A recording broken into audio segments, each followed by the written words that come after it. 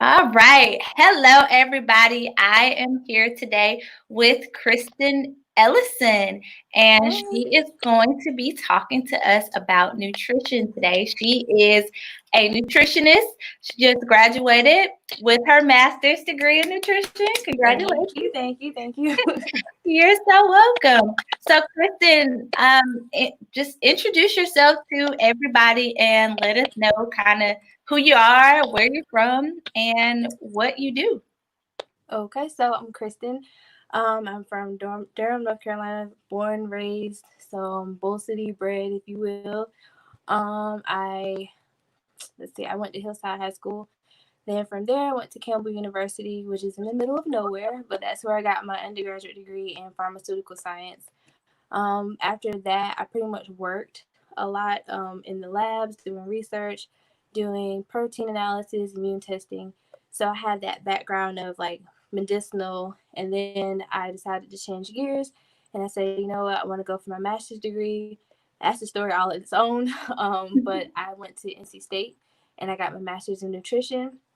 So I kind of did it backwards in the sense of I went to NC State to kind of go for medical school.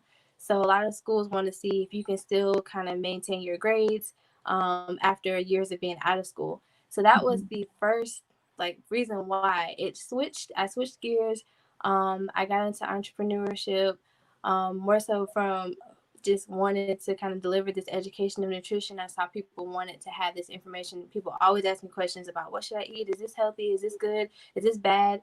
But I wanted people to kind of have like a good image on what food is. So I kind of label myself as a food nutritionist, just focusing on food more so and focusing on how natural things like we can grow, that we can get from the store, that we can get from our local farmers can help. Um, it also Smarter Than Medicine started last year as far Mhm. as being like licensed and registered as an LLC. So I'm really excited about that. And then it came kind of spun out of a few different things, but the story that I kind of tell mostly is from my grandmother's experience when she had breast cancer. She had a few different things, but breast cancer was probably the most prominent thing. And we went. She had always been asking me, "Come to the doctor with me. Come to the doctor." And I'm just like, "Okay." So I finally went, and she would carry this bag. It was her medicine bag, so it had everything from all her cancer medications to her heartburn medications, everything. Um, she, of course, she had a cardiologist, she had an oncologist, she had our primary care doctor, and we went to her primary care appointment, and we left that appointment with half of her bag empty. So if you can imagine one of the purses that you kind of like to carry, and it's pretty sizable, and it kind of carries everything. That's kind of the size of the purse that she had, and we left with half of that empty just because a lot of this stuff was interacting with each other and she couldn't figure out, well, why is this not working? How come when I take Tums or Rolaids it's not making my stomach feel better like they said it was for my cancer medication? Well, because your cardiologist gave you something and they didn't talk. So Mhm. being able to know the science behind nutrition, being able to know have that pharmaceutical background has really helped me as a person, and me help my family, and me help friends. The entrepreneur side of it came from my boyfriend, who he was just like, you know what, you really need to take this and put it out there to the people, and make sure you get, you know, you make sure you put it out there education wise and have people come to you and talk to you, know that you're available rather than just your inner circle. So that's the long version, but that's pretty much my story. Oh, wow. That's so cool. So, Kristen, we have a lot of things in common. Okay. I was Okay. born in Durham at Okay. Duke Hospital. I'm not from there, but I was born there. And I am a fellow Wolfpack girl. Go Okay, Pack. I didn't know that. Yes, yes. I went to undergrad at NC State. Both Okay, my okay. husband and myself, we both went there. So it's Oh, nice we to about to meet talk. another Wolfpack girl. I love you already. But and also my grandmother went through a battle with cancer Mm, a few years ago, and I was able to help her because of the knowledge that I had, and her cancer was very, very aggressive. She had a crazy type of oral cancer that most people don't survive. And because of the knowledge that I had, she always took me to the doctor with her, and I still do go to her appointments. And once she survived, the doctor was like, "I really don't know how you did it. I don't know what you were doing, but Exactly. she's still here, so I'm thankful, and I'm so glad that you were able to help your grandmother as well, just having that knowledge. So, my next question to you is: do you plan to continue your journey and actually go to medical school, or are you now going to focus on nutrition? So my focus at the moment is on nutrition. So I kind of say that I did it backwards in a sense. Hmm. I'm going to be enrolling into North Carolina Central's dietetics program and to be a registered dietitian. So by next year, most RDs are having to have their master's degree in nutrition or dietetics or however. So I was like, okay, well, I kind of set myself up in a good way, unknowingly, to kind of go ahead and go backwards and go get that undergraduate degree in dietetics, and that's about a year. And then you do like an internship, so it's very similar to medical school, where in your internship you have to do different rotations, like you have a pediatric rotation, a community health rotation, clinical rotations, hospital rotations. So that is where I'm looking to go with this. And then later down the line, I said maybe PA school. Just want to make sure like I have that information ready for my family, my parents, my husband, kids, things of that nature. I don't want it to be where they're carrying around a bag of medicine and don't really know what's going on, and being ignorant to a sense to what questions they need to ask when they see their doctor. So that's the plan right now. I'm excited about it. Both of the schools that I have gone to are PWI, so I'm excited to go to an HBCU. So yeah, that's the plan for now. Oh, awesome. That's a wonderful plan. And I'm glad that you are, kind of taking it upon yourself to educate the people that are around you. Mm-hmm. Because it's so important. A lot of us, as our parents are now getting older, we're looking at them and the things that they're doing and the things that they're eating, and we see that it's not that great. So the fact that you can share this information and get it out there is wonderful.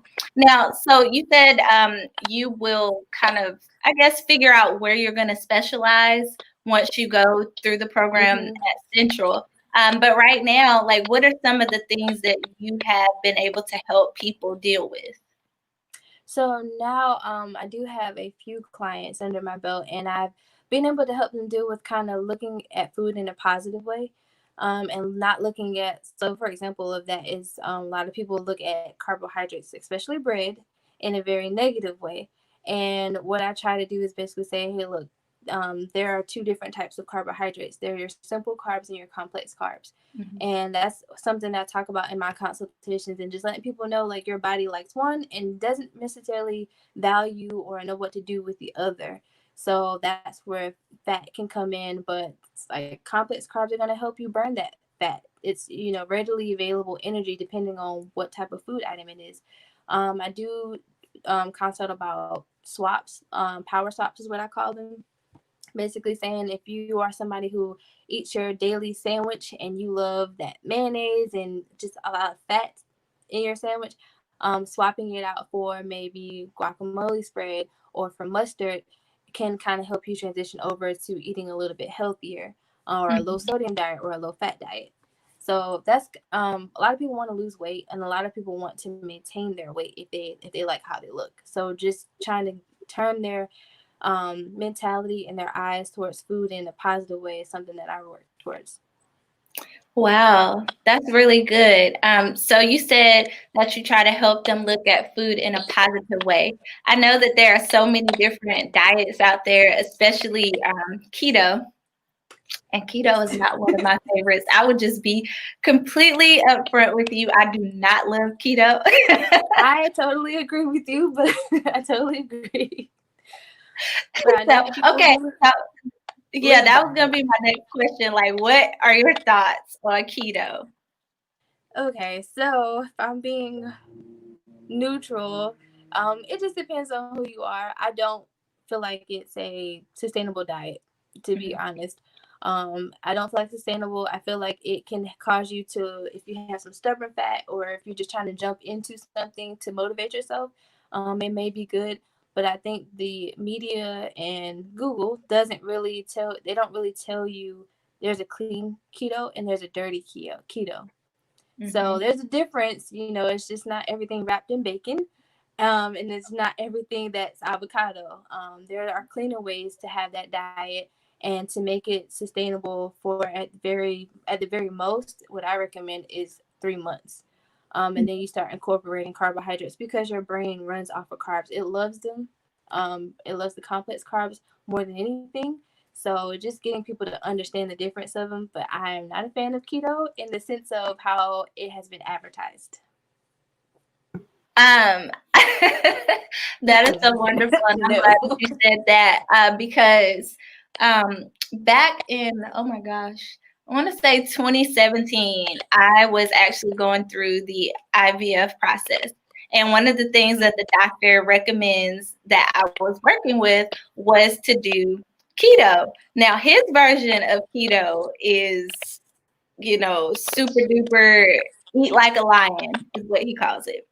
He's like, you eat meat, you shouldn't really fool with a lot of vegetables, don't eat the carbs. So, like, we're talking, I want you to eat lots and lots of meat, lots of eggs, lots of cheese, but you can't have a sweet potato.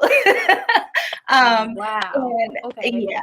And I was just like, this is going to work out for me because my body just I can't not eat vegetables and be okay. My body doesn't work that way. Really and I don't think it's good for anybody to be doing that. But that's what he recommends. Were you overweight or underweight or anything during your pregnancy? Oh, well, I didn't actually continue with the process. Okay. I walked away. But yeah, I didn't do it. There was a lot of crazy things that happened. There were lots of crazy things. But this is what he's promoting to the people that he's working with. Some of them have found success, but it's more so the women who are already dealing with things like PCOS, and they have a lot more body fat, or they're wanting to lose weight already. Oftentimes they see really good results because he'll keep them on this diet for like 3 months, and it works for them. But for other people, especially in the groups, people that are smaller already or don't have those types of issues tend to have the opposite reaction. Right. And that's why I was kind of like, no, this is what we're that sounds kind of like, well, maybe she was, you were maybe overweight, or he was causing you to kind of come down because you gained weight during that time. But that's interesting. I think for the PCOS thing, that makes sense, being that it's hormonally, like it's based hormonal, so carbohydrates tend to have a factor in how our hormones react to certain things. So it kind of makes some sense. I see where he was going with it, but you have to understand where people are coming from and understand like where their mindset is when you say keto. I mean, if you're not really in pregnancy, birthing, labor, the hospital setting, the science setting, keto to people who are in those types of settings is bacon wrapped avocado. So you had to, I think he was on a good track, or he or she was on a good track, but I think it was kind of lost a little bit. So yeah, I definitely agree. I just think it's interesting that you have so many people, especially some nutritionists are like, yes, I'm all for keto. Everybody needs to be doing keto. And then others are like, no, I don't like it. But I do. I do like to ask just to see where people are. So now we're dealing with COVID right now, and I know one of the biggest things that people are talking about is diet. They're like, what can I eat to help my body be prepared to deal with whatever is going on? And I'm sure they're coming to you with the same question. So if somebody asks you that, what are a few things that you would tell them? Well, so course, we only know what the media tells us about COVID, so it's kind of vague, and they're still learning things about the virus as far as how it can mutate, where it can live, as far as in the air, on porous or non-porous surfaces. So all we have is pretty much the education to kind of defend ourselves and defend our family. So I pretty much advocate for general nutrition education, which is fruits and vegetables. That is probably the number one thing, and water. I would say those are the number one things that I advocate for and just really drill, especially in my consultations, because a lot of people are becoming either depressed, they're becoming, because staying at home, if you're not an outside person, if you're not really an active person to go outside and take a run, you stay in the home, you don't get that vitamin D, you don't get that sunshine. If you are alone, you're used to kind of talking to people and being around people. So food can become your best friend or your best enemy in this situation. And a lot of people have done a lot of stress eating. Mm-hmm. So what I've tried to do is accommodate, like meet people where they are, and not totally say, no, you need fruits and vegetables and that's all you can eat. Just more so say, hey, look, if you're gonna drink that sugary drink, can we try something else that kind of has the same taste but not all the sugar in it? So for an example, if we have someone that's drinking like grape juices or something that has a lot of concentrated sugars in it, what I kind of recommend are what's called an ICE drink. It's called ice, and Mm-hmm. you probably seen them in the store. They're like $1, but they're sparkling drinks. They have the same taste, fizz, that sugary taste that you're kind of looking for, and it pretty much is one of those power swaps that I kind of recommend to say, can we try this instead of this? Just trying to meet people where they are, because a lot of people are not motivated to make any changes right now. A lot of people's brains are concentrated on where are we going to go from here, and then of course I wouldn't even say with the addition of the injustices and the inequalities that are going on, because that's been going on for a long time. I wouldn't even say with that addition, I would just say that's something else that has been brought to light since we are able to sit and watch what's really going on and really feel what's going on. So it's been a challenge to me as a nutritionist to get people to get motivated. Come on, let's get outside, let's walk, let's kind of trade this for this. But that's something that I have tried even for myself, because at the end of the day, I'm a human being, I'm a woman, outside of being a nutritionist, and I was kind of going into the stress eating because just not knowing what's going to happen, and with the death of George Floyd, trying to figure out like, oh, what is going on now? Like, now we have to sit here and now we have to pay attention. There's nothing else that's in our face that's saying, okay, well, I have to deal with this first. So I would say stress eating is probably one of the biggest things, and the power swaps is something that I kind of recommend, and just meet people where they are. Wow, that's really good. I love that you said power swaps, because I think when most people try to get on a healthy journey, one of the first things that they think is, oh, I can't eat anything. I have to cut everything Yeah, out right yeah, away. And yeah. so I'm always trying to be that person that's like, listen, you don't have to go, cold turkey right away. Just Yes, kind of exactly, scale exactly. back. Exactly. You do not have to go to cold turkey, because you're just setting yourself up to kind of go backwards. So it's a lot of tips that a lot of nutritionists and dietitians give, but I try to do everything, meet you where you are, and then do incremental steps. And I think you'll give yourself little goals, and little wins, and little prizes, and things that nature. It cause you to be more consistent. That's wonderful. I love that. Now, what about kids? So I know you haven't really studied children as much, and we were talking about before that you were Yeah. going to start focusing a little bit on pregnancy and all of those things. But we've also seen a lot of things happening with children as far as COVID is going. You know, and Right. they are dealing with a lot of different issues that the Yes. adults aren't dealing with. So, are there some things that parents can do to ensure that their kids are a little bit healthier? Maybe some swaps that we can do to make sure that they're not eating as much sugar. Definitely cater to the picky eater in your bunch. I know a lot of people will say, "Well, I'll make let's call him Adam or so, I'll make him chicken nuggets and French fries. That's what he eats. That's what he likes. I just want him to eat. Mm-hmm. But if you want him to kind of have a positive look on food, try to have everybody eat chicken nuggets and French fries, but also add a vegetable to it. So it kind of says, okay, well, everybody else is, from a child's perspective, that's how I think about it. Everyone else is eating what I like, and it must be good. And they also have a vegetable on their plate, so that also must, it must be good too. So I'll try that as well. So it's kind of, again, trying to get that little small power swap in there. Another power swap is being able to blend vegetables. So if you have mashed potatoes or spaghetti sauce, being able to blend up cauliflower or broccoli was one, things like that, that helps. And putting it in the food, putting it in the sauces, putting in your gravies and things that you make in that way. And then being able to incorporate your children into what you're cooking.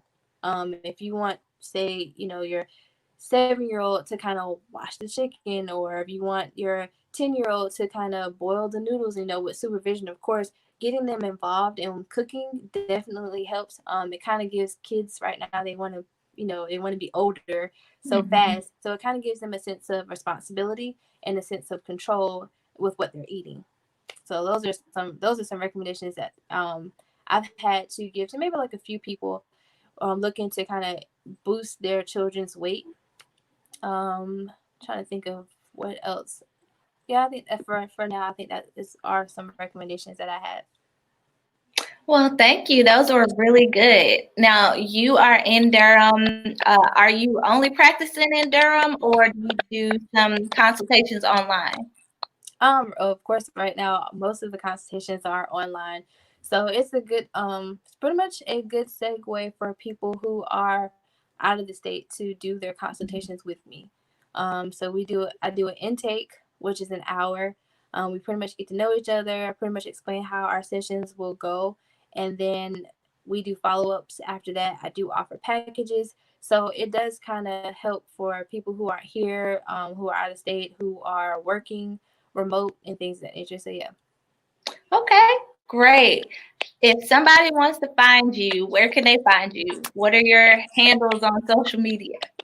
So I was lucky enough to actually be able to get all my handles the same. So on Facebook and Instagram, it's Smarter Than Medicine, and Dan is THAN. And then my email is smarterthanmedicine@gmail.com.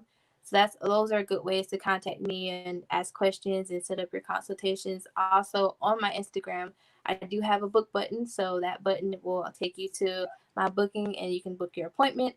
But I do ask everyone to book that 1 hour initial consultation with me first, so that's how we get to know each other.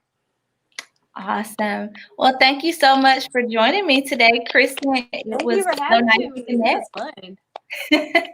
Thank you. Maybe we can have you back again to talk about pregnancy in the future. All right. Well, thanks again for watching, everybody. See you guys next time. Bye-bye.